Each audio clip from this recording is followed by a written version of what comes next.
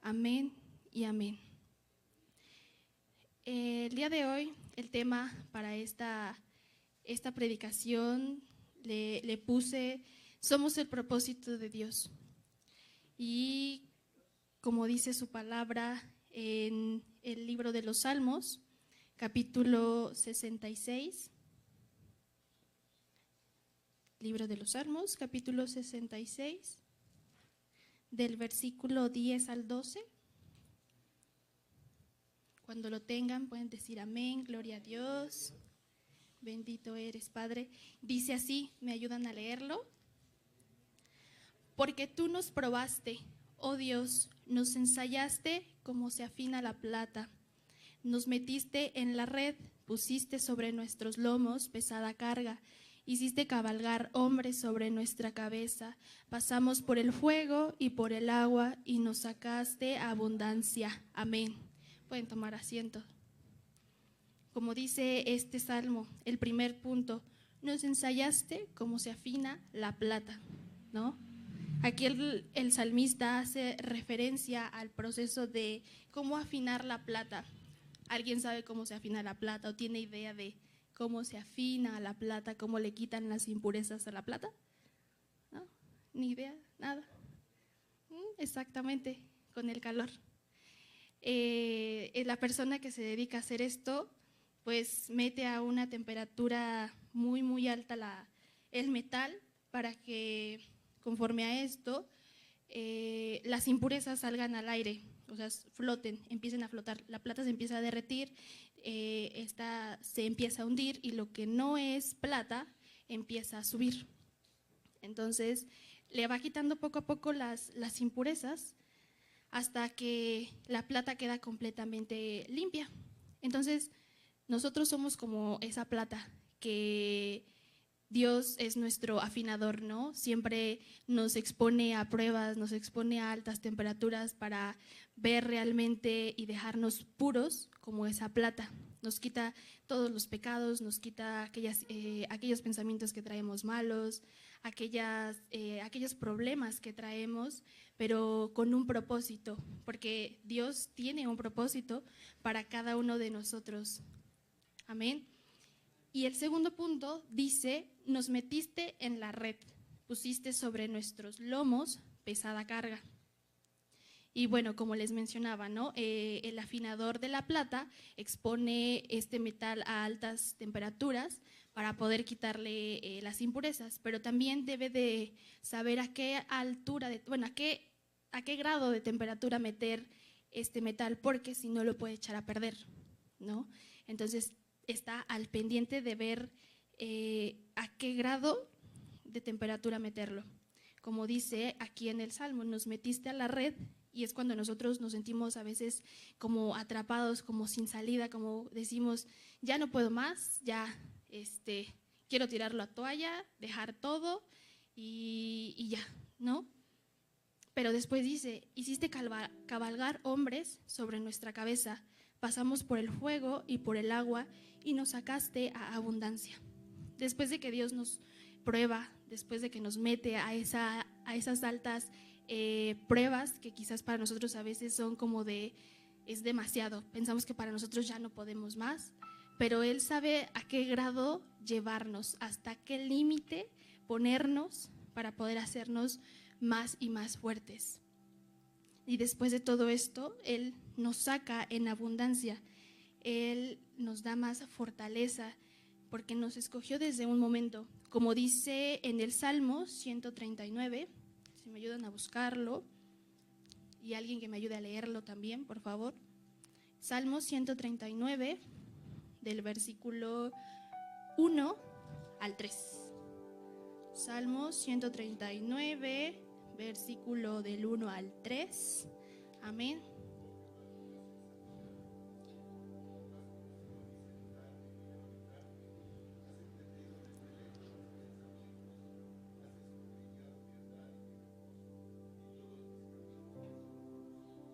Amén. Porque como dice, tú me has examinado y conocido. Has conocido mi sentar, mi levantar, desde lejos mis pensamientos, tú ya lo sabes. Conoces mi andar y mi reposo. conoces todos mis caminos y toda palabra de mi lengua ya la conoces. Tú sabes todo, todo, todo de mí. Y efectivamente, Jesús nos escogió desde antes de nacer, desde que somos concebidos en el vientre de nuestra mamá. Él ya nos escogió, Él ya sabía cuál era el propósito que tenía con cada uno de nosotros. Y para ejemplificar esto, quiero hacer o contarles la historia de Saulo de Tarso. ¿Alguien conoce la vida de este personaje? Saulo de Tarso, que posteriormente es Pablo. ¿No? Algunos quizás sí, algunos quizás no. Quizás en las redes también no saben de quién estamos hablando. Pero dice en Hechos, capítulo 9, versículo 15. El Señor le dijo: ve, porque instrumento escogido me es este para llevar mi nombre en presencia de los gentiles y de reyes y de los hijos de Israel. Pablo era un hombre judío, era un hombre que nació en la ciudad de Tarso, en Cilicia. Él era del linaje de la tribu de Benjamín, ¿no? Como lo dice en Filipenses 3:5. Alguien que me ayude a buscar Filipenses, capítulo 3, versículo 5. Amén. Ajá, Filipenses 3:5.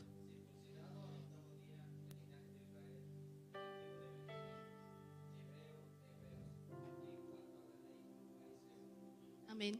Como aquí lo hace, pues lo afirma, ¿no? Dice: del linaje de Israel, de la tribu de Benjamín, hebreo de hebreos. O sea, Saulo era persona judía desde nacimiento. O sea, él era así como cuando dice, no, pues es de Estados Unidos, pero es de allá, ¿no? O sea, es pues de allá, ¿no? Nació allá, es gringo y punto, que se acabó, ¿no? Aunque se venga a vivir acá a México. Para ubicarnos, Cilicia, bueno, la ciudad de Tarso en Cilicia está ubicada al sur de Turquía. Y esta ciudad era, en ese entonces, era una ciudad sumamente importante, o sea, no era una ciudad insignificante, como lo dice en Hechos, capítulo 21, versículo 39. Entonces dijo Pablo: yo de cierto soy hombre judío de Tarso, ciudadano de una ciudad no insignificante de Cilicia. En ese entonces los habitantes de Tarso pues eran grandes amantes de la cultura, eran sumamente, ¿cómo se le puede decir? O sea, eran muy, muy expertos en todas las ramas del saber en general, ¿no? O sea, eran muy, muy, o sea, para su época estaban muy avanzados de conocimiento. Entonces, Saulo nació ahí, fue de nacimiento judío y pues no nació en una ciudad para nada, pues como se puede decir, cualquier ciudad, ¿no? Y aparte, Pablo fue instruido por un fariseo llamado Gamaliel. Gamaliel era un doctor de la ley. Este personaje le enseñó a Saulo todo acerca de la ley judía. Es por ello que Pablo guardaba estrictamente todas las tradiciones judías. O sea, era una persona sumamente ortodoxa a estas enseñanzas o estas palabras que ellos tienen, que es, por ejemplo, el Torá, ¿no? El Torá habla prácticamente de los 5 libros de la Biblia, el Pentateuco, ¿no? Que son Génesis, Éxodo, Levítico, Números y Deuteronomio. Ellos simplemente se basan en esa ley, exclusivamente solo a el Pentateuco. Si alguien me ayuda a leer Hechos, capítulo 22. Hechos, capítulo 22, versículo 3. Hechos, capítulo 22.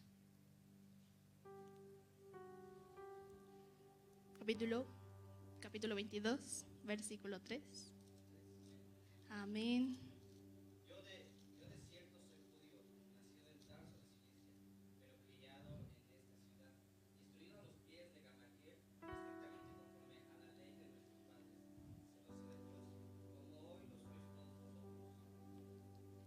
Amén.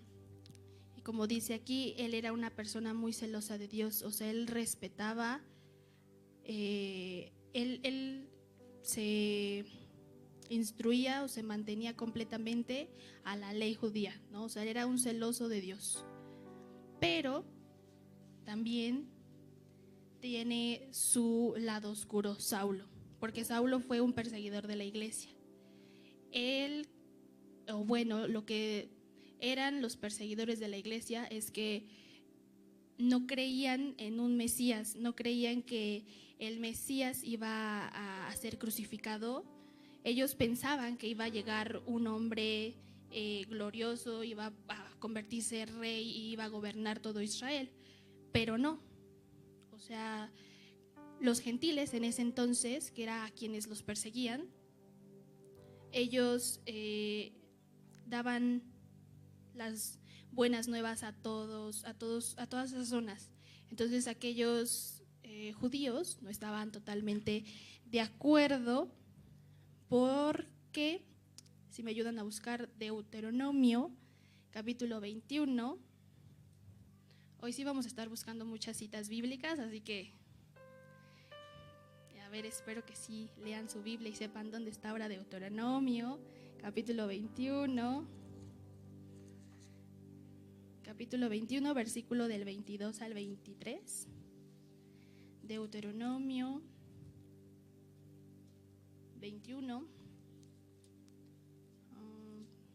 versículo del 22 al 23. Amén.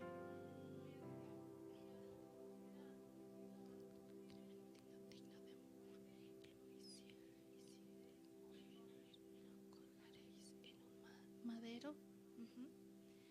Versículo 23, no dejaréis que su cuerpo pase la noche sobre el madero.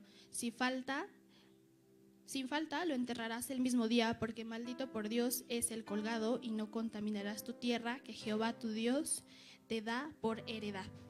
También si leemos ahora Gálatas, vámonos a Gálatas, capítulo 3. Gálatas, capítulo 3, versículo 13. Gálatas, capítulo 3, versículo 13, dice así: Cristo nos redimió de la maldición de la ley, hecho por nosotros maldición, porque está escrito: maldito todo el que es colgado en un madero. Amén. Jesús vino a hacerse, o pasó a ser esa persona por nosotros, para darnos salvación, ¿no? Pero aquellos judíos, como solo tenían en cuenta los primeros 5 libros de la Biblia, ellos no creían que el mismo Jesús era y fue crucificado. Ellos decían: no, esto es imposible, esto es una blasfemia. ¿Cómo puede que alguien que venía a salvarnos venga y sea crucificado? Entonces para ellos era un completo error todo lo que los gentiles en ese entonces pues les decían, ¿no? Que predicaban sobre Jesús, que Jesús era nuestro Salvador y murió por nosotros en la cruz. Amén. Y como dice ahora en Hechos, en el libro de Hechos, capítulo 9, versículo del 1 al 2. Si alguien igual me puede ayudar a leerlo. Hechos, capítulo 9, versículo del 1 al 2. Hechos, capítulo 9, versículo 1 al 2. Amén.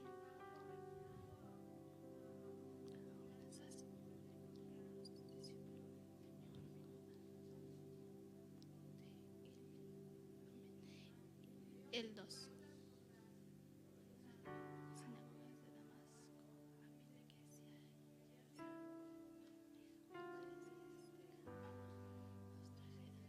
Presos a Jerusalén. Amén.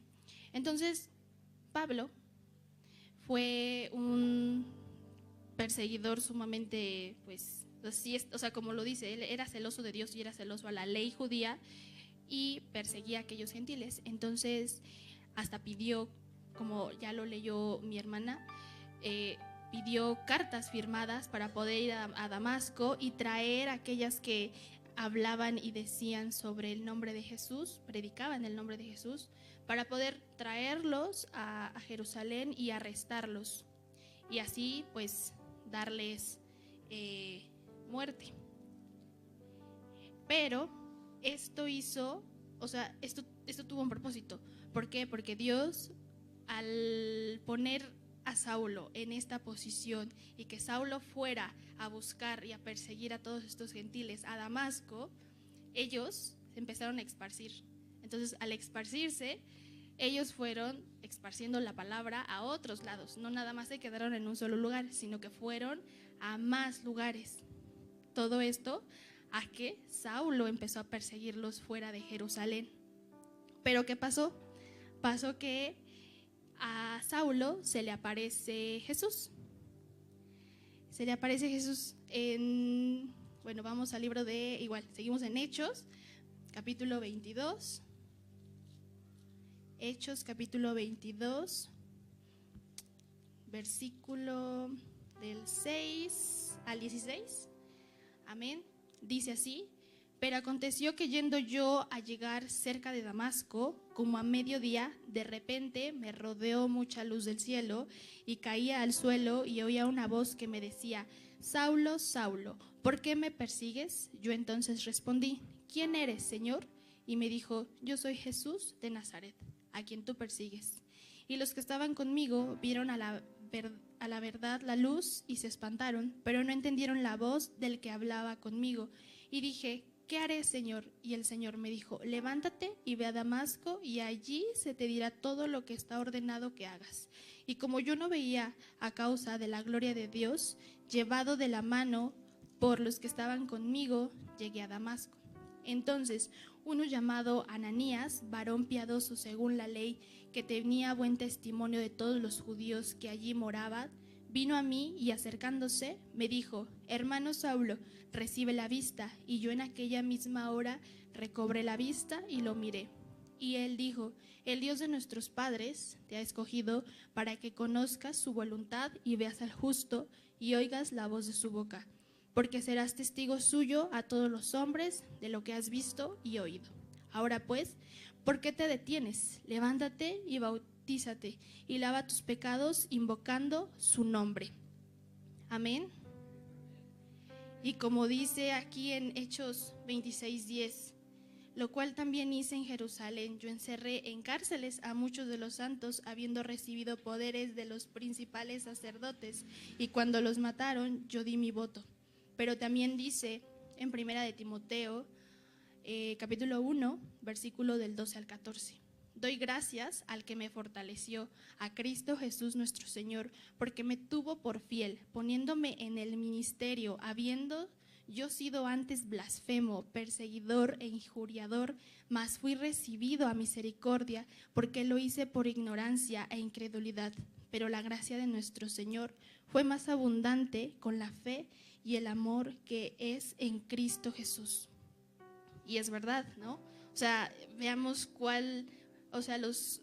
la vuelta o el giro de 360 grados que le dio Jesús a Saulo.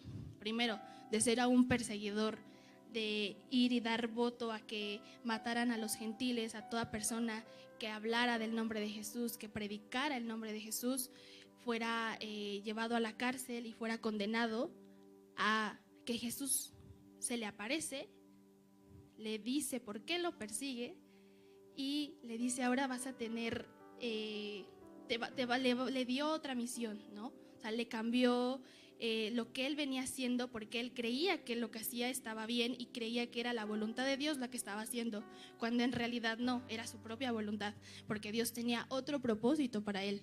Amén. Entonces, después de que Saulo cambia de perspectiva y ve realmente que él estaba haciendo mal y no estaba haciendo la voluntad de Dios, él regresa regresa a Jerusalén.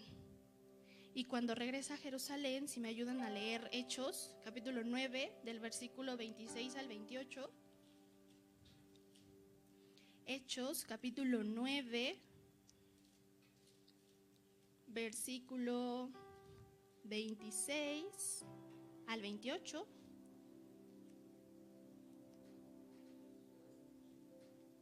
Hechos, capítulo 9, versículo 26 al 28.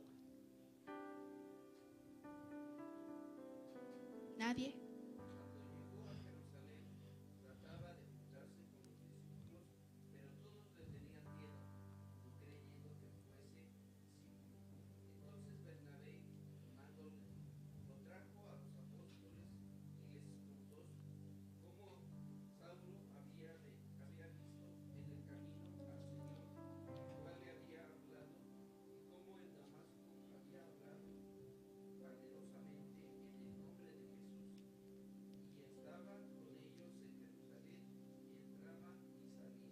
Amén, gracias hermano. Y sí, cuando Pablo regresa a Jerusalén, pues todos le tenían miedo. ¿Por qué? Porque ya lo conocían, ya sabían que era un perseguidor. Nadie quería, nadie le creía que realmente había cambiado y que estaba como predicando ahora el nombre de Jesús. O sea, ellos creían que quizás estaba haciéndolo con alguna quizás maña en ese momento, de no creo que sea verdad, que haya cambiado, pero ¿quién creyó en él? Pues Bernabé. Bernabé fue quien lo acercó a la iglesia, estuvo ahí con él, contándole a todos los discípulos que estaban ahí que se le había aparecido Jesús y que había tenido visiones de Saulo. Pero su estancia de Pablo fue bastante difícil, porque pues cuando regresa Saulo a en donde nació, pues los judíos ya no lo iban a querer. O sea, decían todo el gran conocimiento que tenía, todo lo que sabía de la ley. Entonces él iba a entrar como a un consejo donde iba a dar su voto para todas las personas que condenaran, ¿no? En ese entonces que se les llamaba gentiles. Entonces, pero pasó que empezaron a perseguir ahora a Saulo. Ahora el perseguidor era perseguido, ¿no? Entonces él escapa de Jerusalén y vuelve a Tarso, a su ciudad natal. Ahí igual pasó ya sea bastantes años. Y ya para casi terminar, ya por último, nuevamente Dios le habla a Bernabé y le pide que vaya a buscar a Pablo, que lo encontrara nuevamente en la ciudad de Tarso. Como dice en Hechos, capítulo 11, versículo 25. Dice: después fue Bernabé a Tarso para buscar a Saulo, y hallándole le trajo a Antioquía. En ese entonces, pues Saulo ya aparece como una persona más madura, ya preparado aún más con la palabra del evangelio completa, y pues lo trae a la iglesia de Antioquía. Y ahí había una grande población de gentiles, lo cual a Pablo le ayudó para terminar de seguir formando su ministerio en ese entonces. Y como dice ahora en Hechos, capítulo 11, 26, dice: y se congregaron allí todo un año con la iglesia y enseñaron a mucha gente, y a los discípulos se les llamó cristianos por primera vez en Antioquía, ¿no? Antes, aquellos que eran los gentiles se les llamó por primera vez cristianos. Y esto es como una historia breve de la vida de Pablo, porque es una historia sumamente extensa, está bastante interesante. Pero ya después, la muerte de Pablo, o sea, después de que Pablo fue a a varios lados a difundir el evangelio, a abrir iglesias y llevando todo el mensaje del evangelio al Imperio Romano. Se sabe, o quizás no está tan confirmado cuál fue o cómo fue que murió Pablo, porque una es que, o sea, crucificado no pudo ser porque decía que los ciudadanos romanos normalmente pues estaban exentos a esto, y lo más acercado es que dicen que fue decapitado en una de las tantas que pues Pablo expandía el evangelio o daba las buenas nuevas. Entonces, como ejemplo, les quise poner a esta persona de Saulo de Tarso, que es Pablo. ¿Por qué? Porque Dios tuvo un propósito enorme en su vida desde que él nació en la ciudad de Tarso. ¿Por qué? Porque primero hizo que se instruyera, hizo que se educara conforme a la ley. Pero Pablo era una persona sumamente inteligente en esos entonces, sabía idiomas y podía comunicarse perfectamente con el pueblo judío y con el pueblo de Jerusalén.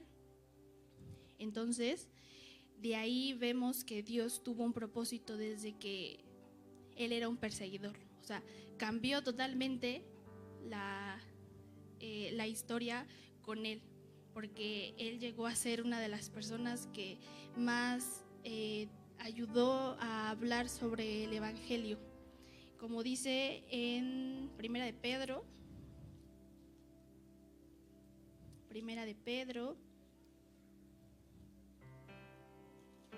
capítulo 2. Si alguien me ayuda a leer Primera de Pedro.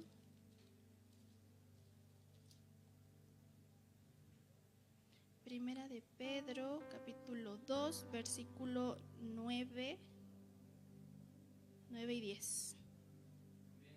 Amén. Vosotros sois linaje escogido, real sacerdocio, nación santa, pueblo adquirido por Dios, para que anunciéis las virtudes de aquel que os llamó de las tinieblas a su luz admirable. También el 10, por favor. Vosotros que en otro tiempo no eras pueblo, pero ahora sois pueblo de Dios, que en otro tiempo no habéis alcanzado misericordia, pero ahora habéis alcanzado misericordia. Amén. Porque dice, mas vosotros sois linaje escogido, real sacerdocio. Porque Dios ya nos escogió, como les dije desde un principio, Dios nos escogió desde antes de nacer. Él ya sabe cuál es nuestra historia escrita. O sea, Él ya tiene todos los planes, todos los propósitos, ya los tiene definidos. Nuestros planes a la mera hora no es de que yo tengo este plan, yo tengo este propósito, pues no. O sea, lo que se va a hacer en la vida de cada uno de nosotros es el propósito de Dios hacia nosotros. Entonces, hay que saber y entender que sí, quizás a veces pasemos por pruebas difíciles, quizás a veces Dios nos hace pasar por aquellos problemas y pensamos en, pues, ¿por qué no? ¿Por qué me está sucediendo esto? Si yo no tenía planeado esto, yo no sabía que iba a pasar esto, pero Dios sí lo sabía. O sea, Él sabía que tenía que pasar esto para que nosotros cumplamos el propósito que Él tiene para con nosotros. Como dice en el Salmo 119, versículo 27, hazme entender el camino de tus mandamientos para que medite en tus maravillas. Amén. A veces hay que pedirle nosotros a Dios que nos ayude a entender cuál es ese propósito que tiene para nosotros, porque a veces nosotros decimos, no sé qué hacer, no sé entonces para dónde ir. O sea, mejor déjale a Dios tu vida, déjale a Dios tus propósitos a Él, que Él te guíe tus caminos y te diga qué hacer y cómo hacerlo. Porque como escuché últimamente la palabra de, no es el por qué tengo que hacerlo, sino es el para qué lo tengo que hacer, ¿no? O sea, ¿para qué Dios me está poniendo a hacer esto? No el por qué lo tengo que hacer. ¿Por qué tengo que hacer esto? ¿Por qué tengo que servir acá? ¿Por qué? O sea, no, es para qué. ¿Cuál es el propósito que Dios tiene para nosotros? También, por ejemplo, en 2 Corintios, capítulo 12, del versículo 9 al 10. 2 Corintios, capítulo 12, versículo del 9 al 10, dice así: y me ha dicho, bástate mi gracia, porque mi poder se perfecciona en la debilidad. Por tanto, de buena gana me gloriaré más bien en mis debilidades, para que repose sobre mí el poder de Cristo. Por lo cual, por amor a Cristo, me gozo en las debilidades, en afrentas, en necesidades, en persecuciones, en angustias, porque cuando soy débil, entonces soy fuerte. Amén. Porque me gusta esta parte donde dice, porque cuando soy débil, entonces soy fuerte.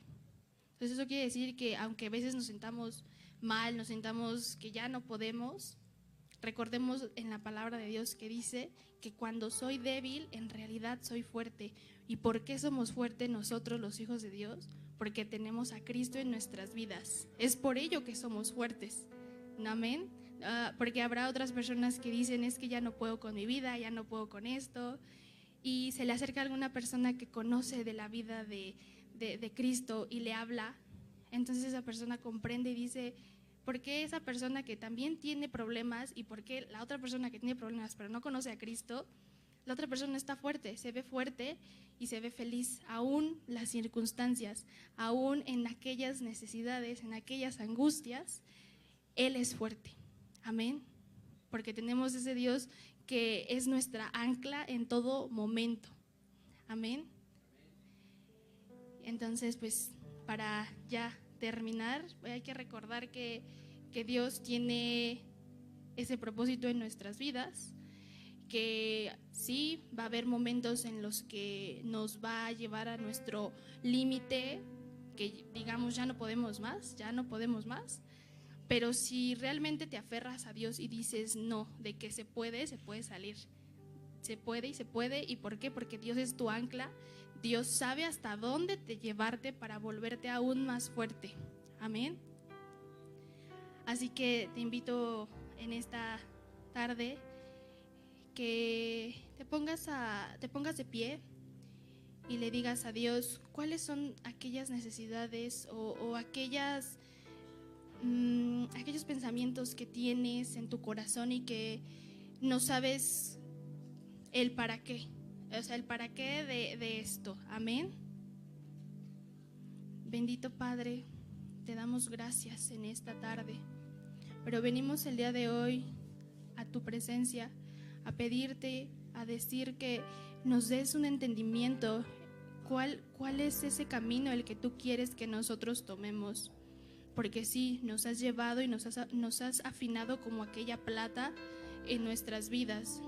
Nos llevas a nuestro límite, pero no solo porque quieres que nos vean sufrir, porque no, sino más bien nos estás probando y nos estás limpiando para poder estar limpios, puros ante ti, para que cada día que estamos contigo estemos delante de ti y digamos, todo esto ha valido la pena. Porque no es un por qué, sino es un para qué nos has traído hasta aquí, mi Señor. Porque gracias a ti mis debilidades se vuelven nulas. No hay nada que importe. ¿Por qué? Porque tú estás ahí con nosotros. Tú eres nuestra fortaleza. Tú eres nuestra ancla en todo momento. A ti es a quien nos podemos aferrar aun cuando ya no podamos más. Tú estás ahí mostrando esa grande misericordia que tienes con nosotros, Padre Santo. Te damos gracias, mi Señor, porque aún en angustias, tú estás ahí y no nos sueltas. Aunque cometamos errores, tú estás ahí, tú no nos abandonas jamás. ¿Por qué? Porque sabes que nos has dado un propósito, porque tienes toda una vida diferente que darnos a cada uno de nosotros sin importar los problemas, Padre.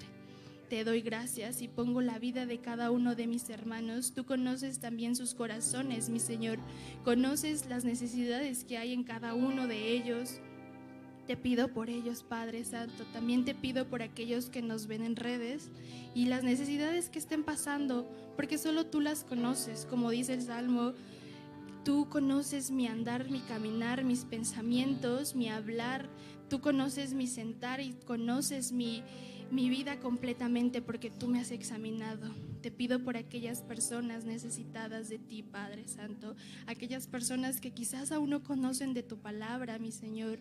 También te pido que en ellas obres en su corazón, Padre. Y también por aquellas que ya te conocemos, que no dejes que ese fuego se apague en nuestros corazones, mi Señor, sino al contrario, que sigas elevando y elevando cada vez más esa emoción por estar contigo, por ponerte a ti en primer lugar, por ponerte a ti como nuestra única prioridad y decir que tú y tú, solo tú eres nuestro primer amor. Bendito Padre, te damos gracias en esta tarde, mi Señor Jesús. Todo esto te lo pido en el nombre de Cristo Jesús. Amén y amén. Y ahora, para ser despedidos, vamos a leer el Salmo, nuestro Salmo 23, amén. Dice así: Jehová es mi pastor, nada me faltará. En lugares de delicados pastos me harás descansar. Junto a aguas de reposo me pastoreará. Confortará mi alma, me guiará por sendas de justicia, por amor de su nombre. Aunque ande en valle de sombra de muerte, no temeré mal alguno, porque tú estarás conmigo. Tu vara y tu cayado me infundirán aliento. Aderezas mesa delante de mí en presencia de mis angustiadores. Unges mi cabeza con aceite, mi copa está rebosando. Ciertamente el bien y la misericordia me seguirán todos los días de mi vida, y en la casa de Jehová moraré por largos días. Amén y amén. Gloria a Dios. Que Dios les bendiga, y así somos despedidos, hermanos. Pueden saludar.